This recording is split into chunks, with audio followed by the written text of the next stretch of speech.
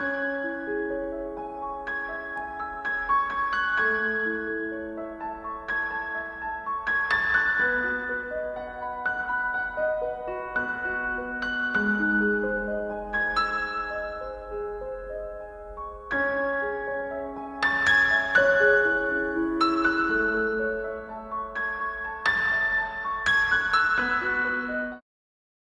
dette projekt har vi fået lavet den her lysestage, som I kan se her. Vi vil vise jer, hvad tankerne var bag vores lysestage i videoen, som vi kommer senere ind på. Firmaet Dylys Designs salg af lysestager er faldet. Vi har fået til opgave af dem at fremstille en lysestage, som appellerer bedre til unge, så de kan øge deres salgstal.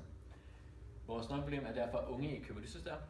Det er årsagen til det der, at det er sådan umoderne, at ikke mere lysestager passer ind til deres miljø. Så er også de direkte grimme ligefrem. Og så også bare de ubrugelige, de har ikke nok funktioner her i sådan deres hverdag i forhold til bare, at de kun bruger lys, og de bruger normalt bare sådan elektrisk lys. Så virkningen til det er så, at i et langt løb medfører det en højere elregning, da man bare bruger elektrisk lys i stedet for levende lys.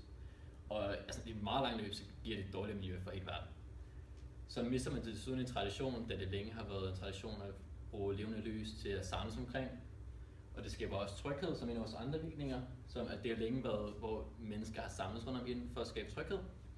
Og så mister man også en del af sociale samvær ved at være sammen om levende lys. For at identificere vores brugere har vi så lavet en spørgeundersøgelse. Her har vi så spurgt, hvor mange der har en lysestage på deres værelse. Der er så 57% nej, og 43% svarede ja, at det har de. For at finde ud af, hvad de godt kunne tænke sig med en lysestage, har vi spurgt, om de generelt mener, at lysestager har for få funktioner. Og der har vi altså næsten 70%, der mener, at lysestager har for få funktioner. Her, hvor vi prøver at prisfastsætte vores lysestage, har vi spurgt, hvad de højst vil betale for en lysestage. Der er så rigtig mange, der gerne vil give op til 200 kroner. Det er så meget få, der vil give fra 300 til 500 kroner for en lysestage. Ja, vi har så lavet en idégenerering, og så har vi i midten her, hvor vi siger, at lysestager appellerer til unge. Det kan gå over til, at man kan bruge en lysestage til skolerelaterede aktiviteter, til at lave lektier og eventuelt skabe en hyggelig stemning. Under det har vi underholdning. Det kan involvere, at du ser en film eller bare hygger, hvor vi igen vil bruge vores lysestage til, at folk bare kan hygge sig og skabe en hyggelig stemning. Herude har vi så emner, der hedder sjov og spil, hvor de kan bruge lysestagen til eventuelt at spille brætspil, kort eller hvad man nu har lyst til. Over her har vi, at man kan bruge den til alkohol eller fest. Det kan være, at folk sidder og spiller et drukspil, og eventuelt bare hygger, som så har en lysestage igen, der skaber en hyggelig stemning. Ud fra vores mindmap så har vi kommet med 4 idéer, som vi tænker, at vi kan lave. Vi har skitseret dem her. Og første idé, det er så en lysestage, som fungerer som en flaskeprop. Anden idé, der har vi så tænkt en lysestage med højtaler, som skal afspille musik. Og så tredje idé, det er så, har vi kaldt hængende lys, og det er så lys, som hænger.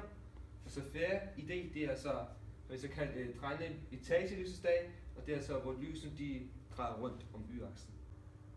Vi har vurderet alle vores idéer og har givet dem en karakter mellem 1 til 5, og det har simpelthen været lysestagehøjtaleren, der har fået flest point, og der har vi valgt at bruge den idé. Til vores idéer har vi stillet nogle krav. Nogle af de primære, det er, at det skal være let og enkelt. Og det skal have et flot og enkelt design, der passer til de fleste miljøer. Så det sidste, det er, at den skal passe til et standard kronlys, som er 23-25 mm i bredde.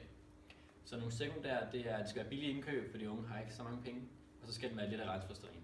Vi har valgt at arbejde videre med vores højtalerlysestage, og for at forbedre den, så har vi så opstillet 3 idéer. Og idé 1, det er en lysestage med normal højtaler til ledning, indbygget platform til mobiltelefon. Og så er der så idé 2, det er så lysestage med Bluetooth højtaler, hvor der så ikke er nogen platform til mobiltelefon. Og så er der idé 3, lysestage med Bluetooth højtaler, samt platform, hvis man har lyst til at placere sin mobil alligevel. Vi har opstillet et scorecard, som vægter de forskellige krav. Man kan se her på pointene, at det er idé 3, som vinder, og så derfor har vi så valgt at arbejde videre med idé 3. Ud fra vores produktløsning har vi lavet en produktspecifikation, der viser, hvilke krav vores lysestage skal opfylde. De krav, som vores produkt skal opfylde, er som følgende. Uddybningerne i lysestagen til lysene skal være mindst 23-25 mm brede, så almindelige kronlys kan anvendes. Der skal være plads til næsten alle slags mobiltyper i lysestagen, og der skal være en form for beskyttelse, så mobilen ikke bliver ridset. Lysestagen skal have plads til højtaleren, og det skal være muligt at tænde og slukke højtaleren, samt at skrue op og ned.